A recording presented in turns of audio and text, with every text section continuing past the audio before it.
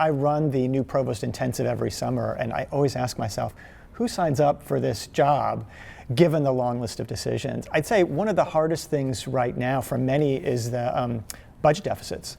Whether they are a small regional institution or a large research university, they often have a pretty significant deficit, and they've got to make some hard decisions in a short period of time to reduce that deficit.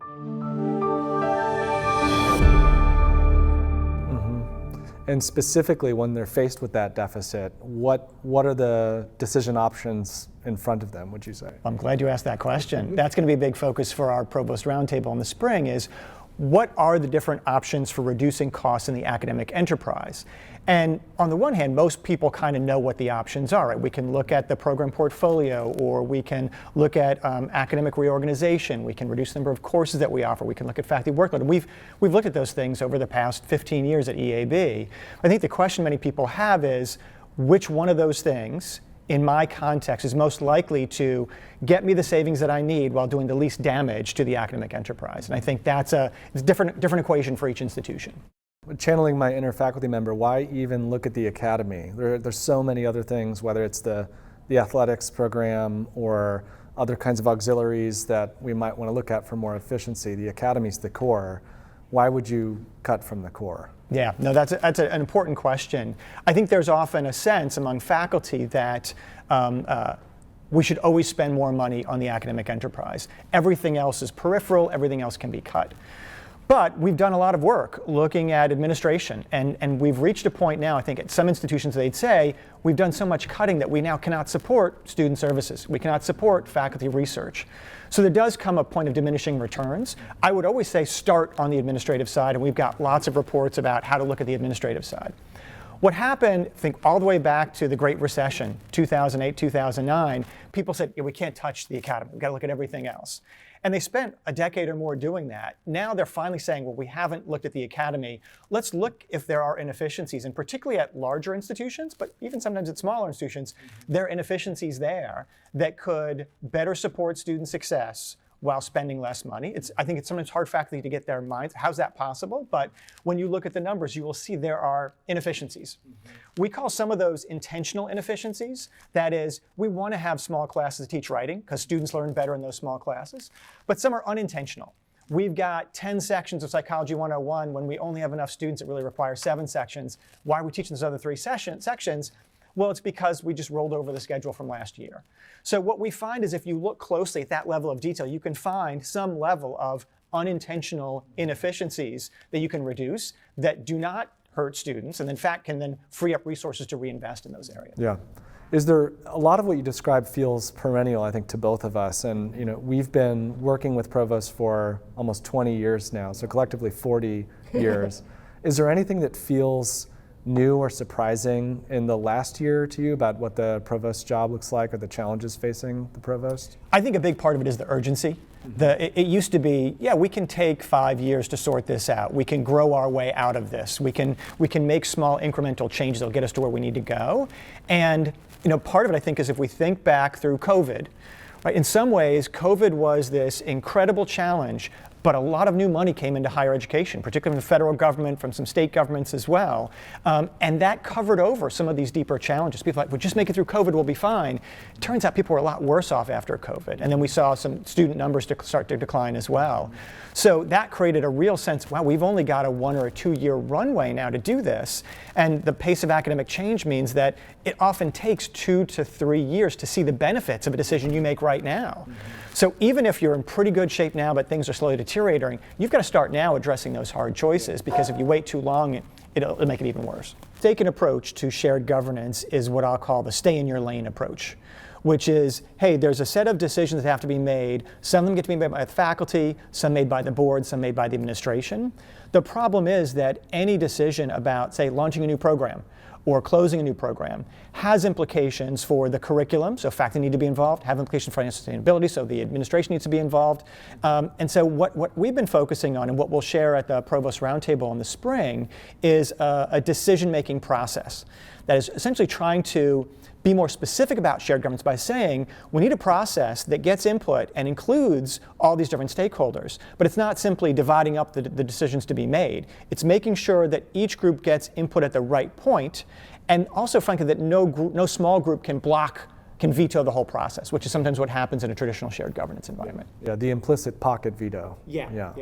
I think sometimes faculty have painted themselves into a corner by framing it as we can stop things from happening, but we don't have a lot of proposals for what to do.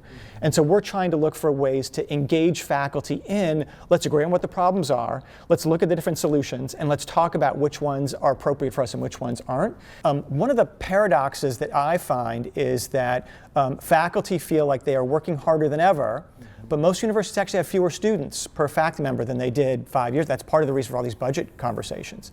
Now, I know you're leading a lot of our work on faculty workload questions. Do you anticipate that we'll see some significant changes in, we say, the expectations around faculty workload over the next 5 years? I think what we'll see is whether it's the way we've traditionally reviewed academic programs and units, which is either not at all or once every 5 to 8 years, often by some friendly folks from the same discipline, different institution, or the way we review individual faculty members, especially after they gain tenure.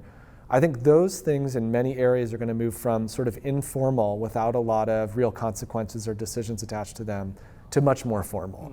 And we would argue, rather than waiting for your institution to reach a sort of existential financial crisis in which a lot of programs, a lot of faculty might need to be let go, what if you took a more routinized approach, almost like preventative medicine, right? You don't want to end up in the ER with lots of challenges that you need to deal with. You want to be doing checkups that look at your blood pressure, right? Look at your heart rate and other kinds of issues. And in the academy, that might be looking at your student credit hours, looking at your major count. Hey, you said you were working on that book, or how's that grant application going? Not as a way to get rid of you or punish you, but just check up on. I think that's the biggest thing that I struggle with is as you said, for almost 20 years now, we've been advising universities to take steps to do a regular academic health check every year that is relatively low stakes, but can identify areas where you might want to make some tweaks to improve overall. And what keeps happening is people say, yeah, that's a great idea. It takes work, there's some pushback, they don't do it. And then 5 years later, well, now we've got a crisis, and now we don't have time to do the annual health check. We've got to do the across-the-board cuts. And so I'm finding a really hard time getting people to say, look ahead 3 years. If you're not in crisis now, that's the perfect time to start addressing these issues. I think that brings us to an interesting topic I'm personally kind of excited about, which is the idea of differentiated faculty roles. And what I hear from a lot of deans and provosts is we've got this kind of monolithic, tenured research service instruction expectation, but if you look across departments and even within departments, there's incredible divergence, and it can create these younger versus older divides or debates. It can create these adjunct versus full-time debates, even different sub-disciplines. Think about English composition versus the folks who are Shakespearean scholars.